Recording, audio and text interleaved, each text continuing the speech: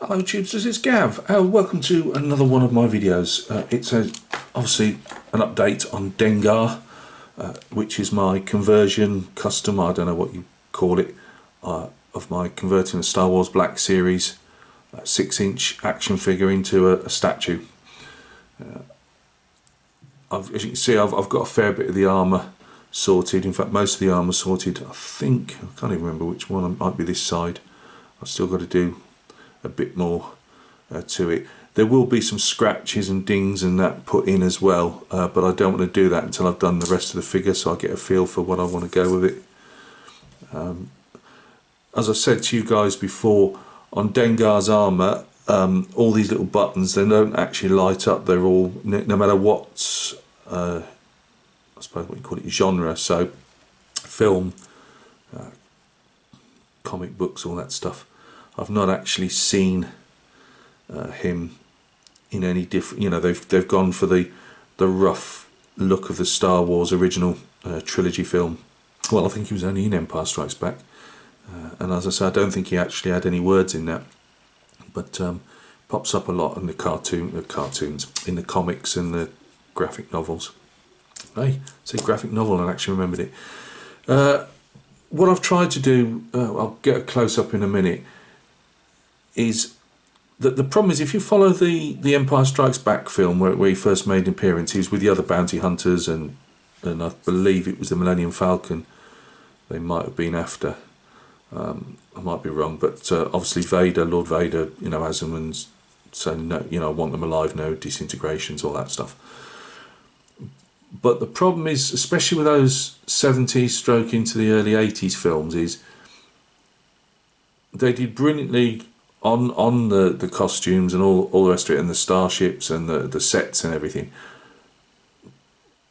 But I don't know, for me it was almost like you're sat in a film in a cinema and you're seeing it from a distance, so you're not really seeing close-ups. So when you actually see close-ups of the armour and him talk, or Vader talking to him and that, it's almost like they've got black in it, or bluey black in the brown russet colours. I think this is like russet, and it's almost, you could see they've just like mopped it on, and it's because at the distance it doesn't really matter because it blends in, you know. But when you're seeing it on a figure, it needs to be a bit more nuanced, if that makes any sense.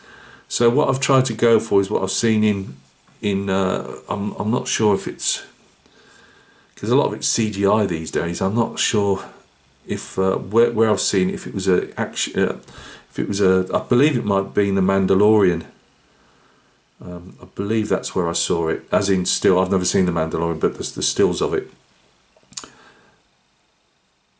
and it was more it was more russet all over with darker tones in, and that's what I've tried to go for here. So like the base, I will throw up some colours at the end of when I've finished it all if anybody's interested, but you're looking at Vallejo flat brown, which is like an orangey brown, and that's painted all over the armour. And then I put AK black blue over it, and as you can see, I've left it, and I'll get closer in a minute. I've tried to get for, like, it's almost like it's streaked, it's mottled, it's patchy. What I've tried not to do is glaze everything in so one tone seamlessly blends into another, because that's not what it looks like on the armour. His armour's got a whole load of hues of colour to it within that russet type range. So the black blue is obviously in the darkest areas and the shaded areas and that. And then I've also been using orange brown and golden brown, and you can use it from any company, it's roughly the same, and amaranth red, which is actually really like a quite an orangey red.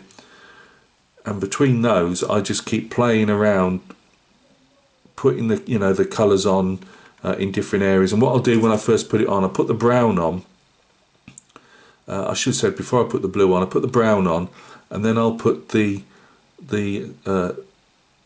orange brown in places and the golden brown, and just literally just so it'll shine, it'll come through on the very, very watered down paint I'm putting on top. And obviously the more, as I've said to you guys on my figures before, the more you mop the surface doing it in, you'll get a sheen over it. Now, I don't think I will varnish these figures. There's no real need for them to be varnished, because they're never, once they're on a stand, they're never going to be, you shouldn't be picking them up by hand. So I probably will leave that, because you can get the nice natural sheens to the paint on things like this without having to do any either fancy highlights on the paint or use, some people use varnish, say, to give the armour a different shine. So that satiny finish is fine for me, just by, as I say, constantly working this watery paint over it. It mops the surface. It's like you polish it. So I say I will be putting some scratches in at a later date, but this is basically what we're looking at. If you can see all the different like mottled effects and stuff all over the armour, that's what I was wanting. One thing I didn't want, I don't know if it was in the paint or what, but there's lots of, I did try and smooth out, get a very fine sandpaper and smooth it, but I was starting to take a lot of the paint off. But it's something I'm going to have to look at. As you can see here, there's a slight roughness up there. You see those little bits. I actually, on this one, or at least on the armour, his armour was actually quite scabby in places, and I've really left that off. And I thought, well, actually, they actually aid to the scabbiness, so I might have saved myself there. There's a few little bits like this area here I'll probably just need to work on a bit more. There's a couple of bits of areas. This side, as I say, I think I was working on that last night, and I couldn't finish it in time, so that needs sorting. I'm not going to hard edge everything. There will be a bit more of an edge put on it, but I'm not going to do like a Games Workshop heavy metal job on it, because that's not what it looks like in the films and in the cartoons and stuff. Obviously I've tried to do it lighter in some places where some of the light would be hitting.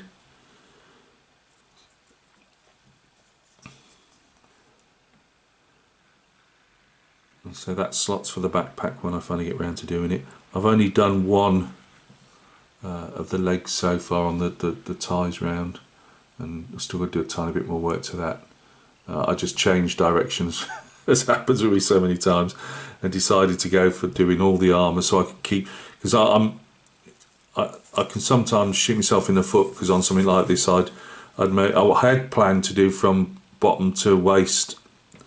And then I thought, no, because then I'll lose. Well, I've actually wrote down for once so I wouldn't forget what I was doing. But because I'm using such a, there's not, on every section of armour, nothing's the same, because obviously I just bodged my paint on what I call underpainting. So on top of that brown, as I say, you've got your orange browns, you've got your golden brown, and then you start layering paint first with the dark blues in places, and then you start adding more orangey brown. Oh, I should have said English uniform as well, because that's got that nice green tinge to it. A lot of English uniform on that as well, but very, very watered down. Maybe not to a glaze consistency, more like a, which is really like tinted paint, tinted water, but like a very watery wash, if that makes sense. But I really dry the paintbrush off on a towel, so it should damp. Because you'll be surprised how much that paint, even on a damp paintbrush, where you think, well, where's the paint gone?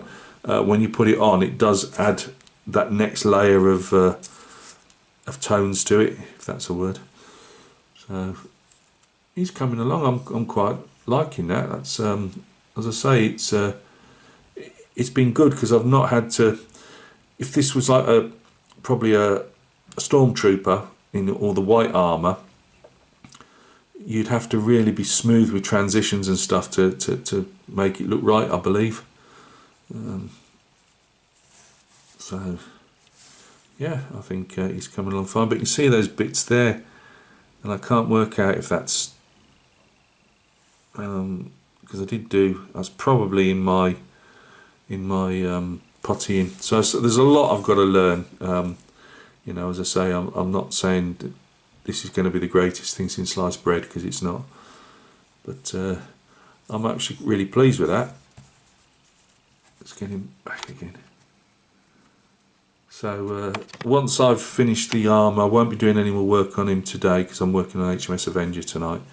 But tomorrow, when I get round to doing some more, I've got to finish that off, then go around one more time, adding, again, no scratches or anything yet, just to make sure I'm happy with the areas that I'm happy with, type of thing. I say even the black, it's not meant, see if that streak there, that was where I had gone too heavy. Can you see it? I'd gone too heavy with the black blue, and I could carry on work. I could get that out just by layering paint on top, but I actually, in the end, I wanted that streaking effect. I was happy, like there's a few like scratches in, bearing in mind this was a loose figure before I got it, you know, there's a few already dents in the original plastic, you know, so, and those bits that I've managed to get on there, which is annoying, but you know, it is what it is. It actually works, it all works in with this particular type of armour. Again, Stormtrooper armour, it wouldn't look right, you'd have to really get all them bits and pieces out. Yeah, you could have dings, and there's no, obviously they're in battle all the time. Let's just make sure I don't bash his head on the light. And there's his moccasins. What were they thinking of? Really, Lucasfilms? Moccasins? Well, you know, it's what he had. I've done my own, obviously, armour behind here. It's not brilliant, as you can see, it's not straight, but I'm hoping to blackline that and try and clean that. Oh, sorry, you can't see, can you? See where it's higgledy-piggledy a bit? I'll try and sort that out with some black lining. I have black lined to a degree some of the armour, just see what it looked like. I mean, obviously I haven't done these joins here, but again, when I've done all the rest of it, the off-white fabric, the rest of these tie-ons, there's another tie-on up here, this bit sticks out, that's actually a blue. One of these things here, like grey blue. These are like almost the colour of the moccasins, but I don't want to make them exactly the same, but it's roughly that. I think they were just welders. I think they were just welders' gauntlets that they gave them to use. Obviously, these are brown, I believe. The belt's blue, the same as this. Well, like a grey blue. That's like Luftwaffe blue, by the way. Luftwaffe blue with like light blue and grey blue and all that stuff. Just dot it. I put some dots in to show like a fabric-y look. Yeah, you know, there's a fair bit to go on him yet, really. I mean, the thing is, though, because a lot on this one, a lot of it's, you know, it's all russet brown armour, then it's all this like off-white jumpsuit, whatever you want to call it. You know, there's all colours that are fairly generic. You can work on all in one go. So, but as you can see, you've got some nice textures on the leather work there, so that's already done for you. I'm just trying to think whether I do the face before I do because these aren't I mean, I've heard some people call them bandages, and some of I've said people that dress up in these type of things, they say, oh, I'll use like muslin because it's like a band, and I thought, it's not a bandage, it's actually I don't think it is anyway, I think it's actually like his idea of an headdress type of thing. So yeah, I don't know whether I'd do that before the face, because that's the only flesh showing. So yeah, really happy how that's turned out. There's probably in the armour, it's not that long really. I think it's probably about 240, yeah, about 6 to 7 hours probably in painting the armour. You know, a couple of hours in an evening. So it's not too bad. So I've done that. Have I got it here or have I moved it? One moment. Oh, it's here. I bought this other. I know I said I wasn't going to buy any more, and I definitely aren't buying any more now. I think 3's more than enough to be going on with. Got another figure. I bought this direct from this place, Star Action Figures. I'll give them a shout out. I have no connection to these guys whatsoever. I can only say I'm only shouting them out because you know, that it was got straight out to me, and I got this in a sale for £10, I think, well, £8-9 or something, and then with the delivery it came to about £11.50, 60 something. But as I say, I bought my figure That's, you know, bought my figure. We've got no connection to him, but I keep saying it. We always knock people for bad service or bad, you know. So shout out the people that do it right. So for my one and only, you know, thing. What do you call it? I've bought off them once so far. I think that's they did me a decent price. And now, don't get me wrong, that some of their other figures, Black Series figures, are you know, the average prices are around there, but they do have sale figures, obviously, that they want to shift, and this was one of them. And it's one I actually wanted to get. I still really want to get Saul Guerrero as well, but this is going all the way back as well to the times of Dengar, and it is, yes, Bib Fortuna. Now this is where I apologise now, a bloke next door doing more DIY.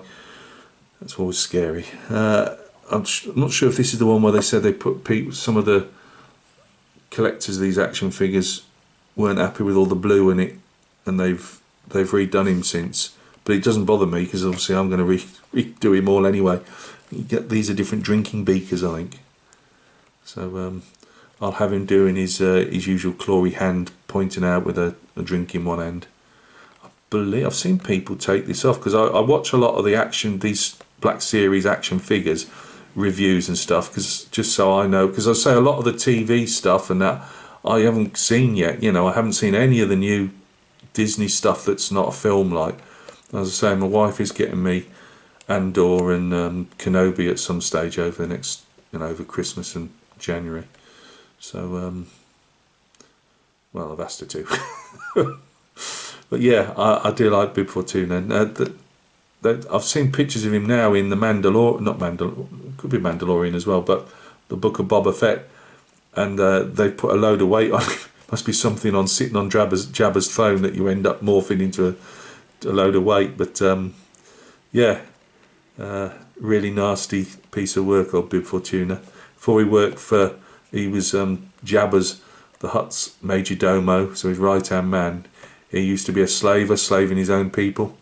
So yeah, not very nice character. And he's a Twi'lek, if you didn't know, or Twi'lek. Yeah, Twi'lek. And that's like classic hand there. And these are Leku, by the way, the big head tails. They're all part of him, and they're Leku. These are for the people that don't ever watch Star Wars. So he's a villain. They called him the Americans that I was watching the other day that were doing rundowns on these different figures. They call him a traffic cone model, because obviously these are all action. They all do dioramas with theirs, and they move their action figures, you know, and then they might come back another month and then move the pose again. I don't know, but I like statues. So him being a traffic cone, as in he doesn't really, you can't do much with him just because of obviously all his clothes and stuff. Well, that suits me fine, you know. But sorry about that. Delivery at the door. So yeah, you know, I don't even know where I was, but there's again, I can do some nice work. It's this like top jacket is actually a bit darker in the films, and this is all mottled. It's like armoury type, whatever it is. So yeah, really looking forward to that at some stage. Not before Han Solo though, get Solo done first.